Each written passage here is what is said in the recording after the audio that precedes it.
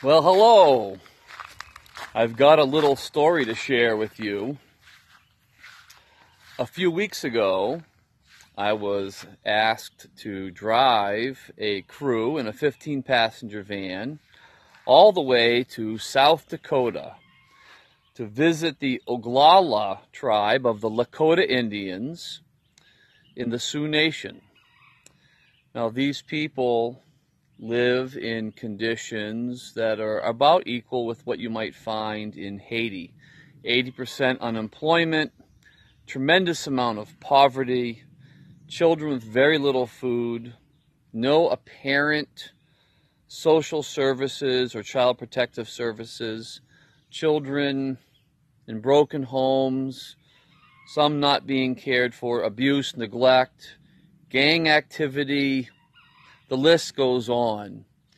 So while I was off on my little trip, I took some video clips and I've tried to cobble them together to give you a little overview of the story of these poor folks out in South Dakota.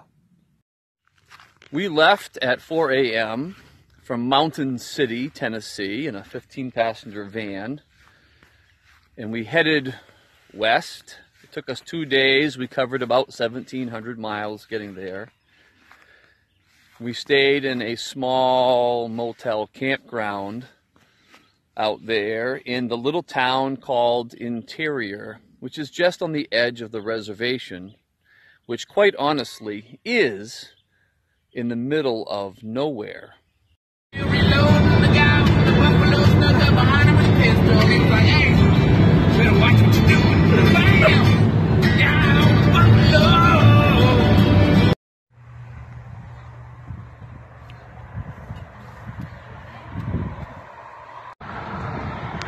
Here we are in South Dakota for a potty break.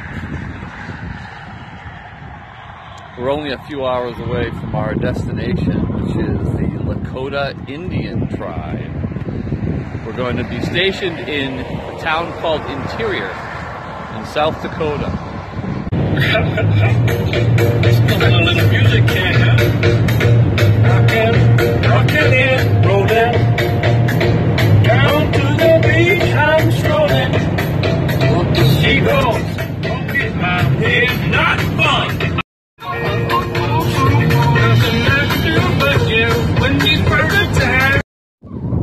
Well, we made it to the Badlands today. There they are behind me.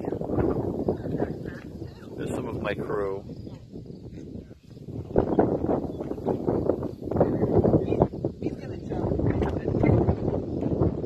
Pretty neat. It's kind of neat. It's like some kind of sandstone, I guess you'd call it.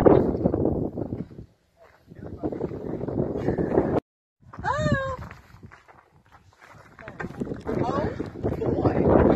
That's a ways down. Oh boy. Wow.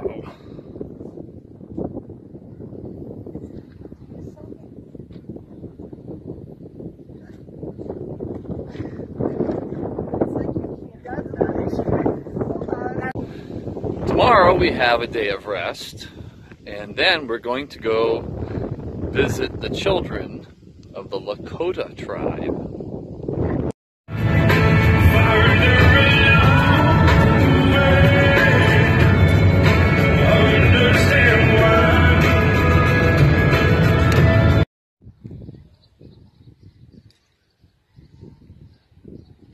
This is how our Native Americans get to live.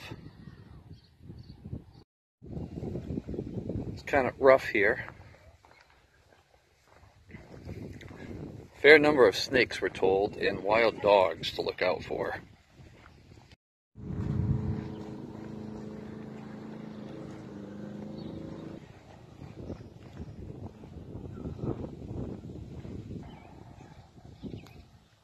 There's some of our team playing with the kids. This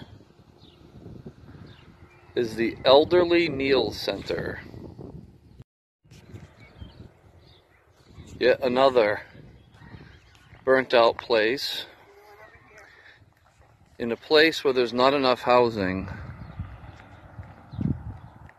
There's a decent percentage of boarded up homes.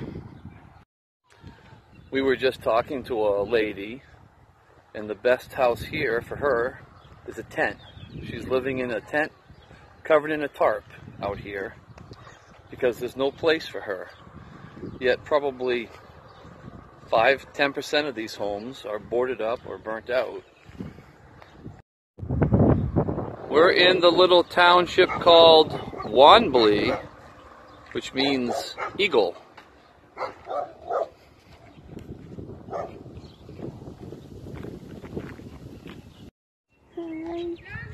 Hey, what's your name?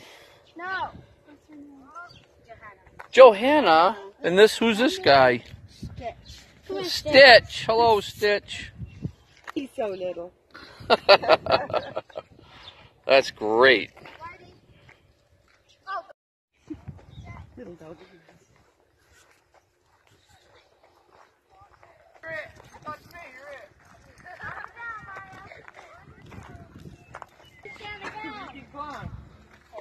It's a bunch of monkeys. It's one of my monkeys. That's a monkey of mine. Oh, you don't make that. I'm coming for you.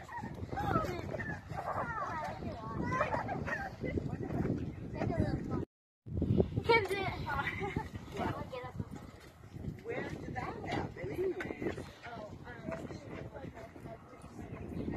Playgrounds aren't quite as nice as what some of us are used to. This is the entire recreational facility for these kids.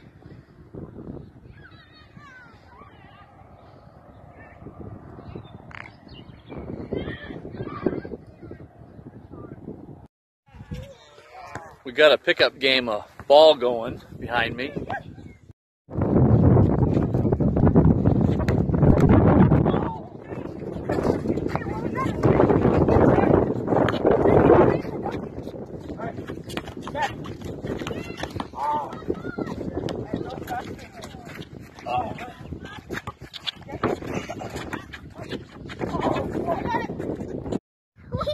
What's going on over here? Are you beating her up? Are you beating her up?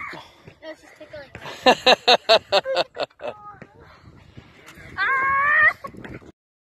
Know what they say, ice cream is good for your stomach. Ice cream is good for the soul. Or that's like celery, though. Know what they say, ice cream is good for your stomach. Ice cream is good for the soul. Or that's like celery, though. We're providing shade.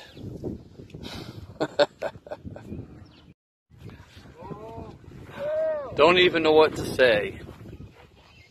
They tell us they love that we're here because it brings joy to the community and relieves the tension that exists here. I wish we could do more than just play basketball and draw with chalk on the concrete.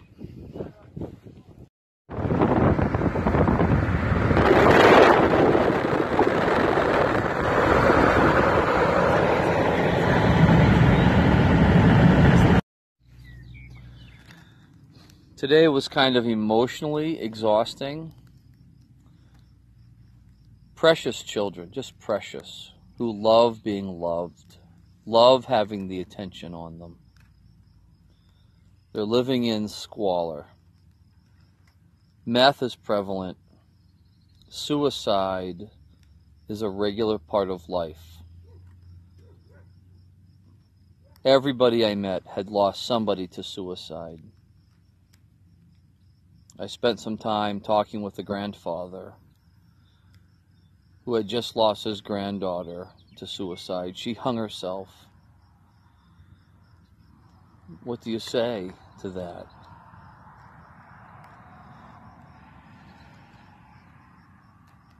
It was hard. We'll be back tomorrow. And I pray that even though we're only able to be here for a week, that somehow we will have done some good.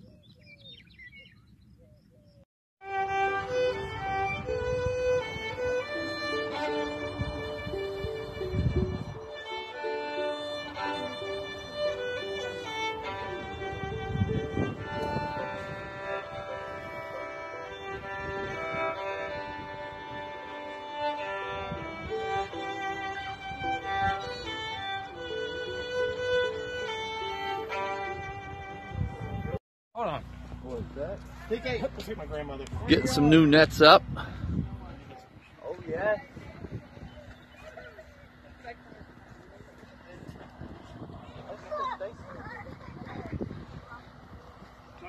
And today we're doing some crafts.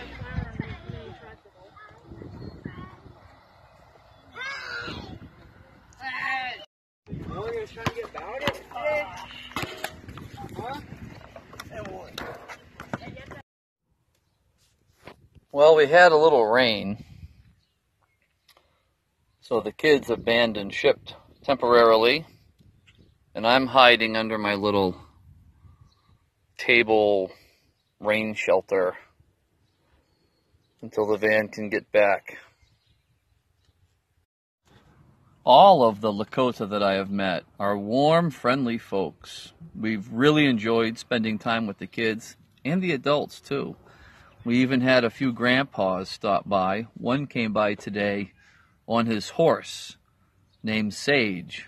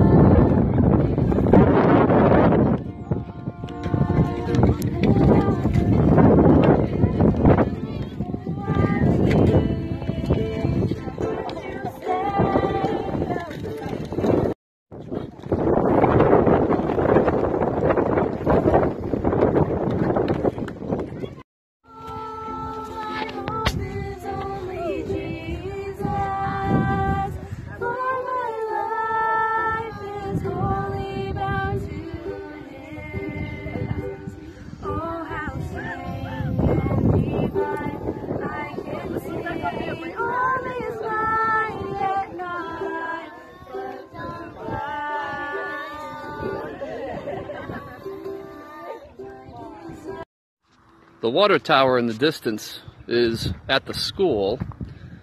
This is the only store.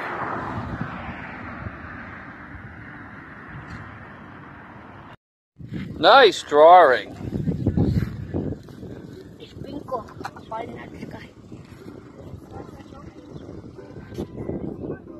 Okay, ready? Go!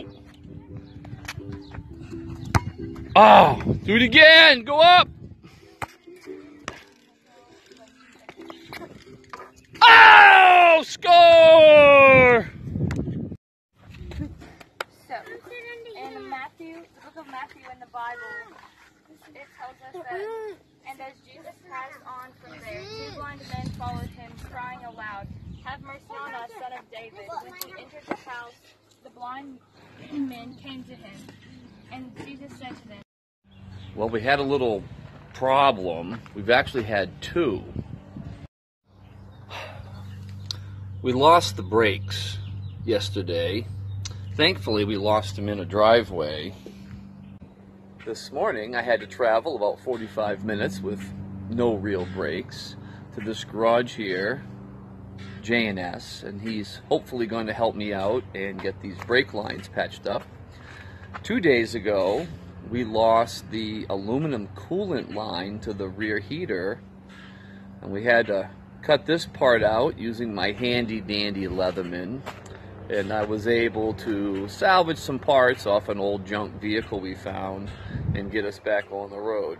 Well, hopefully this morning we'll get patched up and be able to head home first thing tomorrow morning.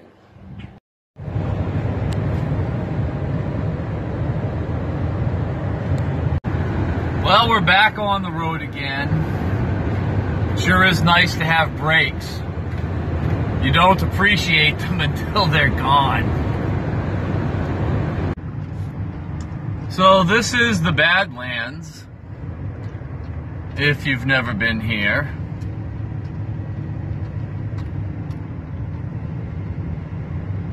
It's kind of neat.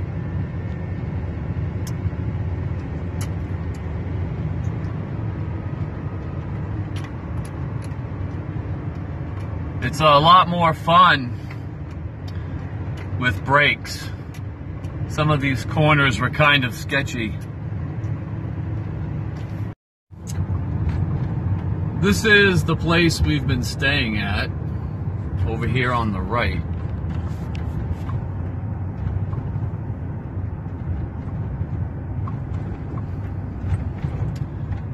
And I'm sure everybody will be glad to see the van back.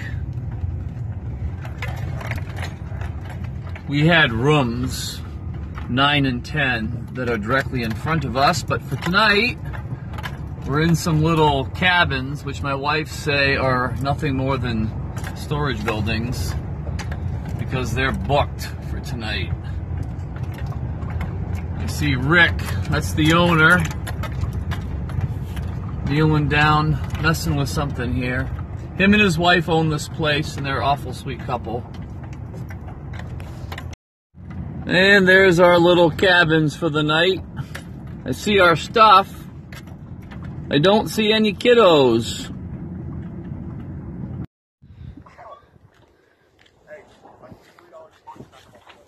Well, we got the van functioning, and we're all going out to take a scenic look on our last day. Yes. Watch for cars. Bison. Watch for bison. Yeah, that's true.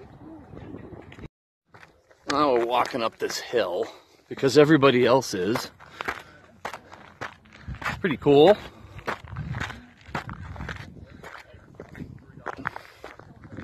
I'll push Megan off and see how far she rolls.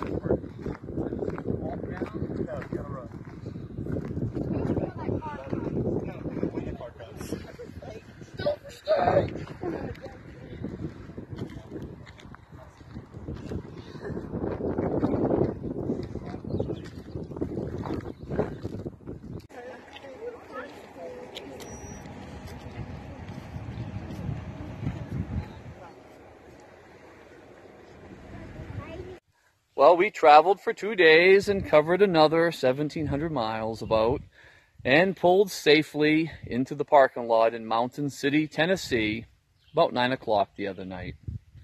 I hope this little glimpse into the lives of the Lakota people will touch your heart.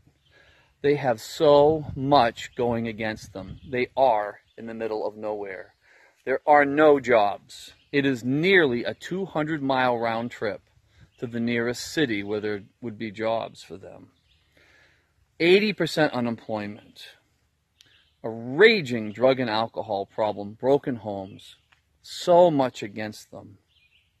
One thing that really stood out to me was the stark contrast between the natural beauty of the area and the general wealth that's exhibited in the tourist industry. Beautiful, expensive RVs, families on vacation, and right next door, on the same land even, as the poorest people in our nation.